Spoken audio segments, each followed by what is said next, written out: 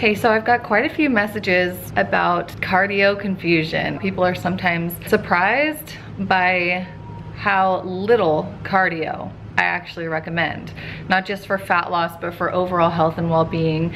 In my opinion and experience and everything I've learned throughout my fitness career is that cardio is way overrated. Too many people put so much emphasis on cardio thinking that it is the thing that you need for fat loss and it's necessary to be your happiest, healthiest version of yourself. I'm not saying not to do it at all. I'm just trying to illuminate how overrated it is and just give you the honest truth that there is such a thing as too much. Cardio is a good thing, but you can have too much of a good thing. So what I'm gonna do today, I strapped on my heart rate monitor right there. And I am going to go through one of our strength training workouts. This one is just about strength training. There's no like cardio elements. It's a pure strength training workout. But I'm gonna show you my heart rate. I'm gonna show you how much of the time of this workout is spent in the so-called fat burning zone and prove to you that you are getting cardio when you're doing strength training. But I hope that you can see that strength training also comes with a huge other benefit, which is that it actually tones your muscles and preserves that lean muscle tissue, which is actually gonna keep you lean and make fat loss so much easier. Let's get into the workout and I'm gonna show you the data of my heart rate and all the calories burned and everything at the end. I'm setting up my heart rate monitor app on my phone and checking my warm up. So I'm starting with lunges and then dive bomber push-ups and V-ups, and you can see how quickly my heart rate starts climbing, and this is just strength training body weight moves, not even touching the weights yet, and already within the first minute of the workout, I'm entering the fat burning zone. You are burning fat. My heart rate continues to climb throughout this warm-up, and you know, I'm only 1 minute into the workout now, and I'm definitely in the fat burning zone. So I just hope this goes to show that cardio is not the only way to get into that zone.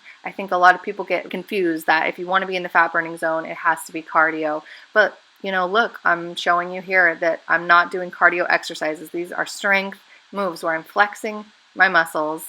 But you know, from a heart rate perspective, it looks equivalent to doing cardio. Okay, we're just gonna speed through the second set of the warm-up real quick, and you can just watch as my heart rate continues to stay in that zone for the entire warm-up and even gets as high as 142. I mean, it's just really cool to see that, you know, I'm just doing body weight exercises here. I'm not rushing them. I'm not trying to work at a high intensity, but when you are doing strength training, your heart is naturally getting cardio exercise. So with my 4-minute warm-up complete, I move into the strength training portion of the workout.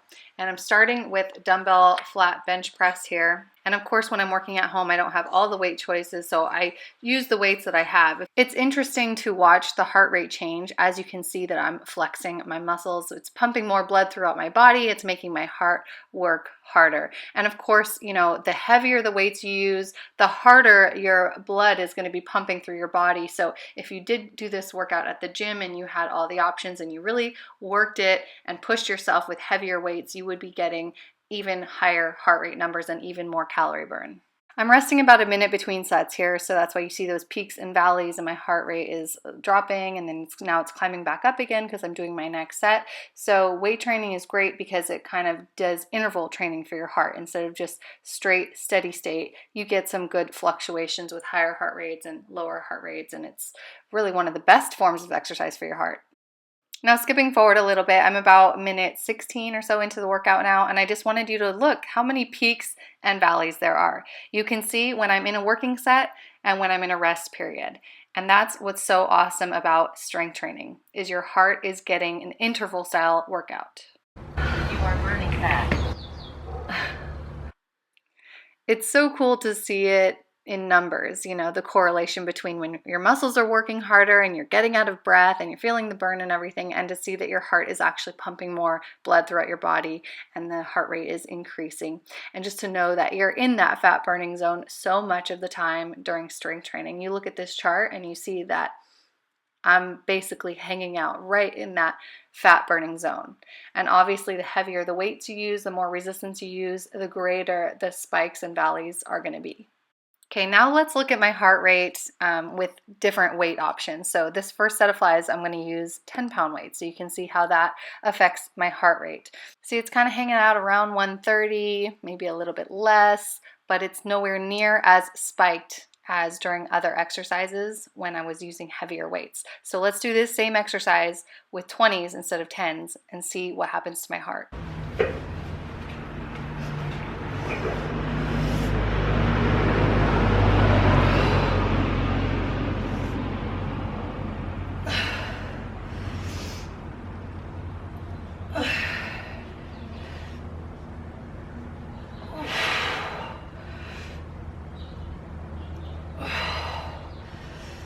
Basically, what we can conclude is the harder I work, the higher my heart rate climbs.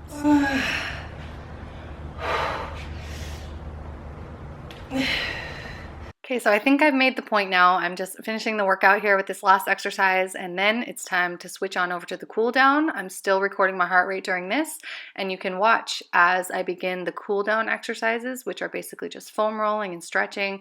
My heart rate starts to slowly make its way back towards my resting heart rate, which is exactly what you want to see in the cool down. So the heart rate just lowering nice and slow, not abruptly. So that's the end of my workout. This is basically the summary, and let's talk about my results.